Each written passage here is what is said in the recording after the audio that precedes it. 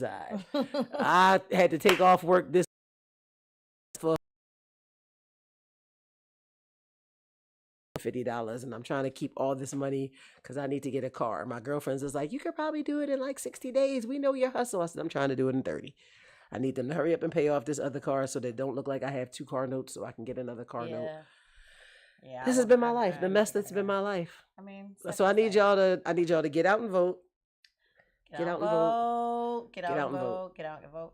That's the most important thing. Of everything we just said in the past 30 minutes, that's the most important thing. That is the most important. So I also had the opportunity of taking a suggestion from Cells, because he's sitting right there, to watch The Perfect Neighbor. Child.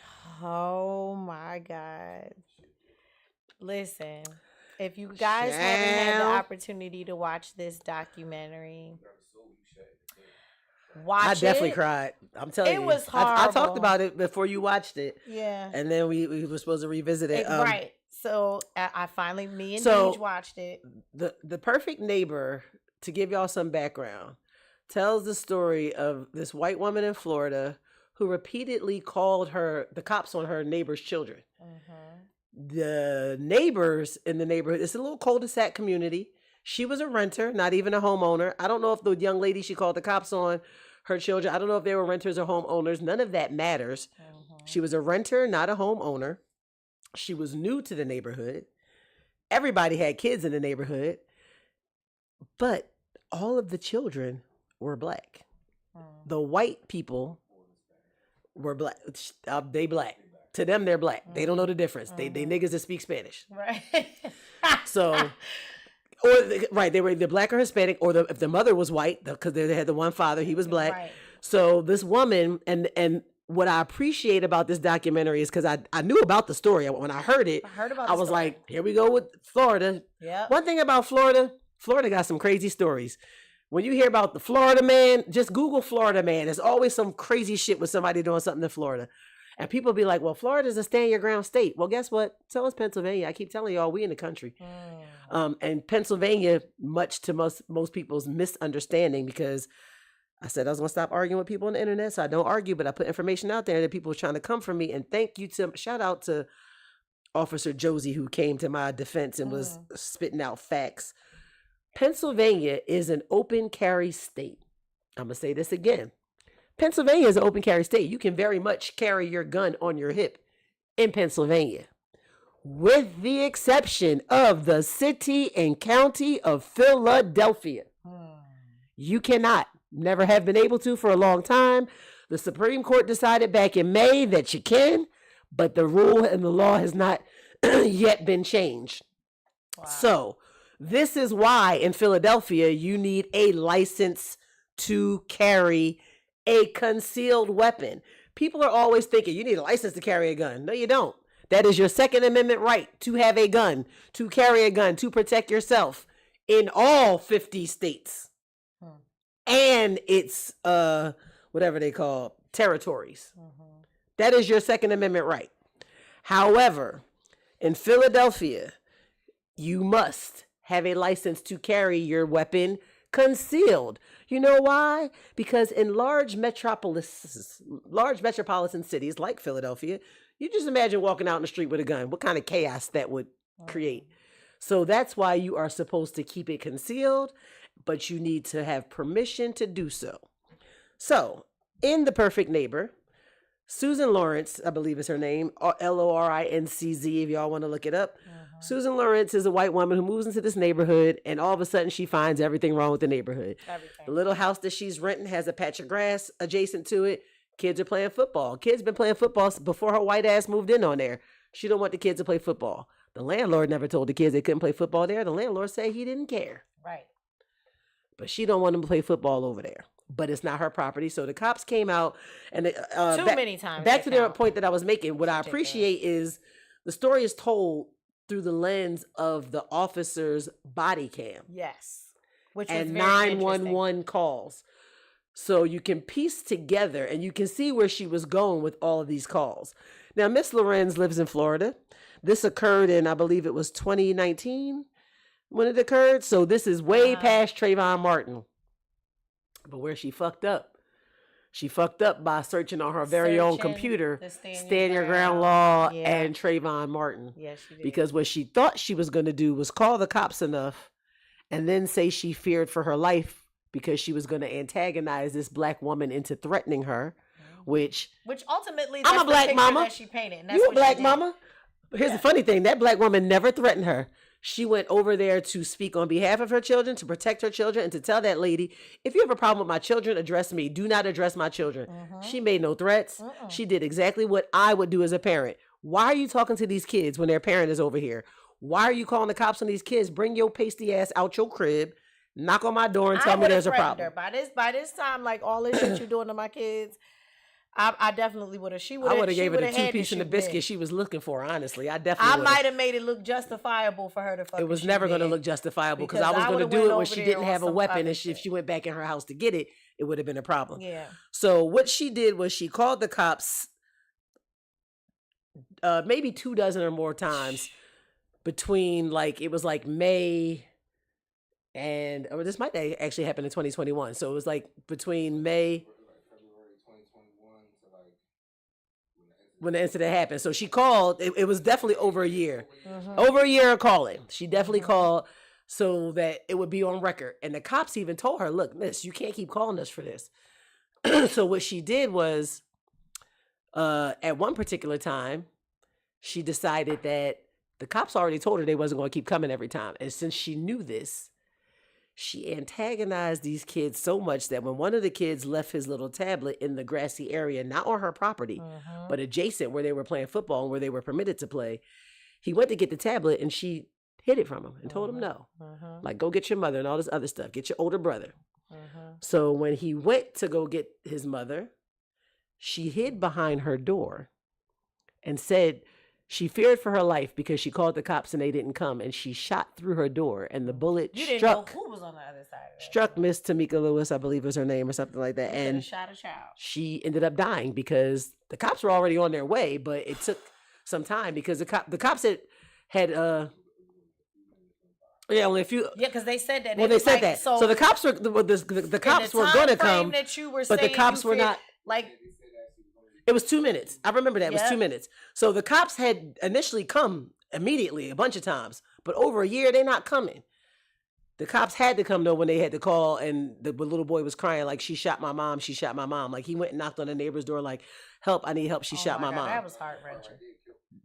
No, what killed me was when her youngest son said, the oldest one said it. My heart is broken. That was the oldest one, Israel. Yeah. He was like, yeah. The neighbor was like, come here, Israel. You okay? He said, but my heart is broken. My heart is broken. Boy, when I tell you I was watching Netflix and I started bawling. We all bawling like a baby. Watching this movie, something is I said, oh my God. Because I just kept thinking I couldn't imagine. My kids watching me die that way, and then for them to have to bear the and I watched it with my daughter. It was their fault in some way. And I watched it with my 13-year-old daughter, and that's what she said. She said these kids probably think it's their fault because as much as this lady called, my daughter said she was like, I'd have been just left it alone. But at this point, my daughter know me. I'm big north. I ain't leaving shit alone. Fuck them kids. We going over here having a barbecue. Yeah. I'm throwing the football with them. And she did. The mom was very active. So active in the community children's life that when one of the parents couldn't take her son to football, she did. She was a mother who was a manager at McDonald's and rearranged her schedule all the time to make sure she was present for her children. And this lady took her life and tried to use the stand your ground law and tried to say that she was feared for her life. I was so happy and proud of the judge, who was a white judge but wasn't taking this bullshit. He was not taking this bullshit. He sentenced her to 25 years to life. Yeah, he did. Because he said that you did that out of anger, not fear. And I was happy that the prosecution actually researched her computer. I was a little annoyed that it took them too long to really arrest her on the charges. I really felt like the cops dropped the ball majorly. Y'all keep coming out. If it was somebody black that was just as crazy as this lady, y'all would have been threatened this lady very sternly. If you call us again, we're arresting you. That's the way they handle us. So where was the sternness with this lady? Where was their instilling fear in her that if you keep what is it like when you call the cops and it's like a false alarm, a false alarm, false report, keep calling us with these false alarms, like, come on, like, no, we got other shit to do. Yeah, and even if you don't, and the cops were like cool with the cops were very involved in the community. Like nobody had beef with the cops. The cops even talked to the young woman. And they pretty much were telling her, like, we know what this is. Like, we know what this is. We got They protected that white lady way too much for her to be allowed to do what she was allowed to do and harass that community. She wasn't just harassing the lady that she shot. She was harassing every family in that neighborhood. Nobody liked her. Well, she only directly harassed the one woman because she was black. Like I said, all the children were black. Right. But she only harassed right, but none of the other neighbors cared for her. They all they didn't care for her, which is what helped the case. Exactly. So as much as the cops dropped the ball, I appreciate the fact that they gave up the tapes and they actually made the case. I wish they didn't bleep out some of the shit the cops was saying about that bitch though. Like some because they was over her shit. Crazy, and then they would cut it off. Like, no, let me. They was over her shit. Shit, I was over her shit. Y'all saying about this bitch. That documentary would have been 30 minutes shorter fucking with me because I was over it. I was over her shit. I definitely was over her shit. It was sad though to watch that lady just perish like that. So like, there's some things you need to know about stand your ground. Yes, you can use your weapon. Yes, you can use your weapon to defend yourself if you are in fear of your life. I'm a person who's licensed to carry, been licensed to carry. I'm 40 years old. I've been licensed to carry since I was 18. And matter of fact, my shit don't expire till 2027. I'm definitely going to renew it. But one thing about Pennsylvania is the cop, when I used to go to the range and I took lessons. Gun safety lessons because I had children at the time. It was just child. I wanted to make sure I was storing my gun properly, keeping it safe. I pulled my gun on my son before because the motherfucker was playing a dumbass game trying to sneak into the house. Nigga, don't do that to me. Oh, yeah, he was like, Mom! Shit. It was about to be a whole crazy situation. Fuck around, get story. Shot. Fuck around. But the cop told me it's more than just fearing for your life. There's a lot of proof that goes to that. You can't shoot somebody in the back and say that you fear for your life. No. And that's where a lot of people go wrong. Yep. Motherfucker is no longer they're no closed locked door. Closed locked door. They're no longer terrorizing you. The words they're saying cannot hurt you, so that means nothing. The cop that I can't remember this man's name, the state trooper that trained with me over at Target Master in Delco, but he said if you can, dial 911 and just put the phone on the floor and say, do not come near me again. Move another step closer and I'm going to shoot you. Now you have Now, if you shoot him in the shoulder, the chest, whatever, I fear for my life. Whether they was standing there or not, you already said on the phone that they was moving towards you. You gave all that precedent. So I learned that at a very early age. Listen, I'm going to call 911 every time, put that phone on the floor and be like, take another step, bow. You gotta play this game with us. Deej has this game called Crime or No Crime. It was created by, I guess, some black lawyers or something like that. Oh, I heard about that. It's deep. Good. But like in Pennsylvania, that's the thing with stand your ground. Stand your ground with no witnesses is very hard to prove. Yeah. Because it's hard to prove if you really feared for your life. Yeah. I'm a daredevil junkie. I've never gone bungee jumping, but I've definitely been on roller coasters in the dark, all kinds of crazy shit. So if I say I fear for my life because the man was staring at me, that's not going to fly. They're going to be like, bitch, you get on roller coasters on a whim. Like, you jumped out of a plane. Like, what are you talking about? You fear for your life. Right. You was in a pit with an alligator. But you fear for your life that this man was staring at you. Right. But if somebody put, like, I would say, don't take another step. Me personally, don't take another step. I've been sexually assaulted before. I don't know what you about to do. I already got the script in my head. And I probably shouldn't be saying this because they're going to be like, it was a script. It don't matter. That's how I feel. I already got the script in my head because I already know what triggers me. Certain things trigger me. Yeah. If you touch me in a certain way, I definitely will react in a certain way because I get easily triggered. But you have to be able to prove that you legitimately fear for your life. Yeah. And this woman didn't. And not only did she not prove it, the only thing she proved was that she researched trying to cover up that she was going to commit a crime and use the stand your ground law. The part I loved about the whole thing was when they had her in the interrogation room and they were like, okay, like, we're arresting you. She was like, I'm not going. Oh, she was like, I'm not going. No. Bitch said no. No. not going. Bitch, criminals don't have the option and opportunity. Karen White bitch. She said, I can't do this. I'm not doing this. Oh, bitch, you are. You definitely are doing this. She was like, I'm going to go home. Y'all going to think this through and call me tomorrow because I'm not doing this. Y'all not, what? The Cassidy. I loved her for that. I was watching that. I said, hilarious. And at this point, I was watching it with my daughter, but by this point, she had left. So I texted her and was like, don't forget to finish watching it. The Cassidy on this one. The Cassidy on this one. Cassidy. It's a word. Like, yes. She really thought she was going to invoke white privilege and get away with it because it took them so long to properly arrest her. Yes, she did. They came to get her. They took her statement. They took her back home. They took her to get her stuff. She thought she was safe. I was so irritated with that. She thought she was Cardi B Kalani safe. The fact that she was like, well, can you guys just go and check on my house and make sure that my cats and... Bitch, fuck them cats. Get the... Fuck them cats. The cat... is safer without you. And then she was like, they were like, well, do you have a firearm? She was like, she had 2 firearms in the house. Bitch don't know where her phone at, but she know where the gun at. That was another one. And she tried to hide the gun. Indication that you did something wrong. Mm-hmm. And then she was like, well, I didn't know what she was going to do. She was banging at my door.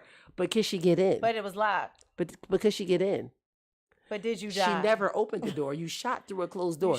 So for those of you that are home studying, staying your ground, thinking you about to do it, don't shoot through a closed door. Open the door and make sure the person comes through it. Because they got to cross your threshold to be protecting yourself in your own home. Uh-huh. They have to be on your property. They cannot be fleeing. Even if they got your TV running down the street, at that point, you're committing a crime if you shoot them. Uh-huh. Don't do it. Uh-huh. Don't do it. Yeah, that was a deep one. Mm-hmm. That was deep on Netflix. That one was crazy. I didn't get a chance to watch this one yet, but AI has a documentary too, and I caught Deej watching it. And AI as an Allen Iverson or artificial intelligence? Because you know, you say AI these days, and I'm just like, no, Allen Iverson has a documentary. I think it's on Prime. I'm definitely gonna watch Bubba Chuck. And I love him. I just love AI. I gotta watch it. You know what I got caught up in on Netflix, and I'm mad at the motherfucking world that I'm actually waiting for. Beauty and Black? Bitch. I complain about seeing your posts. My fucking posts. I've been seeing them. Beauty and Black. It will get you. I'm gonna just say this to get this off my chest. It will get you caught up. Fuck you, Tyler Perry. Count your days, Tyler. Fuck you, okay? Stick to the Chitlin circuit. My Dia made all that money, and and I'm not gonna say there have been some good Tyler Perry movies. No, yeah, for sure. I enjoyed Daddy's Little Girls. Yes. I only watched it that one time, so I'm afraid if I go back and watch it again, I'm gonna pick it apart. But I love Idris Elba, and I actually love that story about the relationship, the father-daughter dynamic. Yeah. But this fucking Beauty and Black that everybody been talking about, I'm late to the party. And nigga, I'm glad I'm late. So ratchet. It's stupid. It's the worst writing ever. And because it's the worst writing, it has dimples ever. She is. I love her. Debbie Morgan. Shout out to Debbie Morgan. Was All My Children for a long time, and I'm a soap opera person. She's a. I can tune into General Hospital right now and keep up as if I ain't been watching it in years, but it's like I haven't stopped. But this Beauty and Black, the writing is bad. And because the writing is bad, you have good actors acting bad. And then you got new actors that just not even acting. Right. The shit is so dumb. It's so dumb. And I'm so mad. I went back to watch season 1. So it took me all the way to episode 9 to get like, oh, okay. This is okay. And then episode 10. Right back down. It was right back to stupid. So now that we're in season 2. Mm-hmm. And we're waiting for season 2 to come back. Mm-hmm. I'm all caught up on the storyline. It's just too much stupid shit happening. Crazy. It's so crazy. If y'all watch Beauty and Black, read a book. I encourage all of y'all to read a book. Most men that I know ain't even gonna watch it once the gay scenes Most men don't watch shit like this. They're not gonna watch it anyway. I want everybody. We're moving into a new year. 2026 is fast upon us. I would like everybody to take the pledge with me. Read a book. I want y'all to try to read at least 12 books next year. That's light work. That's 1 book a month. The amount of bullshit TV that y'all watch annually, you can read one book a month. One book a month. I'm going to challenge myself to read 100. What, books a month? No, 100 books in a year. Oh, okay. I'm about to say, God, that's light work for me. I like to read. No, I like to read. And I miss reading. I have a collection of books. Most of them I read already. Now that I got my Jeepers Creepers back. I got my eyes back. But I actually have books that I own books that I have not read yet. And I do prefer Black writers and Black books. I got some Walter Mosley's novels that I haven't read, I don't think. I have read all of what I consider like Black street lore. Like Zane. Like Horson. Well, Zane, first of all, people's like, oh, she write this my sexual writing better than hers. But I've read Zane. But like I like Iceberg Slim. Read that, like read whatever speaks to you. Yeah. I did see they making, I think, a Terry McMillan novel into a TV show or a movie, Lovers and Friends. Really? Yeah. Like I'm excited about that. I like Terry stuff. Eric Jerome Dickey, maybe that's who it is. I don't know. But see, this is how out of touch I am. Read some books, y'all. Yeah. Read some books. I challenge everybody to read 12 books next year. For a minute. I've read The Art of War. You know what's I've read The Art of War twice, and I have read The Alchemist twice. I read The Alchemist. And I'm ready to read The Alchemist again because just as a reminder of the shit I'm going through now. Like I be searching for shit and bitch, it's all right there in front of you. The Four Agreements is like my favorite. That's my favorite book. I haven't read that. See, I need to read that. We might it's another good one. A little book exchange. I got the 3-part series of that. It's the Four Agreements, the Wisdom of Knowledge, and the Mastery of Love, or something like that. Yeah, see, that sounds like some shit I need to read. It's so Who good. Moved My Cheese is also a good book to read. I love Who Moved My Cheese. Do you know they have like a series? Like they have one for adults, they have one for kids, and one for teenagers. I love. I don't believe in separate literature. Scurry. What was it? Sniff and Scurry and Sniff and books like that. I don't believe you don't need to make literature separate for children. Just give it to them to read, and they will understand it on their level. It really was a simple read. You didn't have to make it for kids children. Or teens, but it was really a good book. That my mom bought that book, gave me it as a gift. And then when they came out with the versions for teens and kids, my kids had those versions as well. A Purpose-Driven Life is also a good read. I like that. I also like visual books. So my mom has a good friend of hers that's an author. She has a book out called Look, Think, Think. It's a visual book, more like a coffee table type of thing. It has all of these pictures that she took herself and motivational or inspirational quotes from famous people to accompany the pictures. And I love that book. So it's called Look, Think, Think. Look, Think, Think. Yeah. See, I spent a lot of my youth reading trashy adult novels. Like, I read a lot of V.C. Andrews, so I'm up on white people craziness. I also read a lot of what's the actress with the sister there? Victoria Collins. Got it. Good. That's Jackie Collins. Jackie Collins. I read a lot of her trashy books. Like she has a character named Lucky Santiago that was like in these gangster type novels, but Lucky was fucking all crazy, and my mom had no business letting me read those books 6th to 8th grade. Lucky Santangelo. I will never forget that character because Lucky was getting it the fuck in. And I will say this though. As hypersexual as I was at that age reading, I didn't start having sex till late in life. Yeah, I think because reading of all that kind of shit, you'd be like, ugh, I don't want to do that. But I do want to challenge our viewers to read 12 books next year. I'm going to challenge myself to read 100. Why not start a book club? Let's start a book club. I don't want to commit to a book club because my life is just, it seems like for the past 5 years, my life has been falling in shambles every fucking Scorpio season. So I anticipate that happening next year. And I don't want to make that commitment. Yeah, I don't want to have to meet up nowhere to have this book club. But if we were all just going to be like, all right, this is for this 30 we days. We can do that. We can pick up, you and I can pick a book to read for 30 and days. Present it to our readers and tell them that this, and we can, show, we can speak about it. Yeah, we can definitely do that. Our lives are too busy to be sitting up here actually meeting over charcuterie boards and talking about every chapter. We're not doing that. We'll pick a book, we read it, first of all, and then we talk about it. Due to this economic standstill, we can't even afford no charcuterie boards.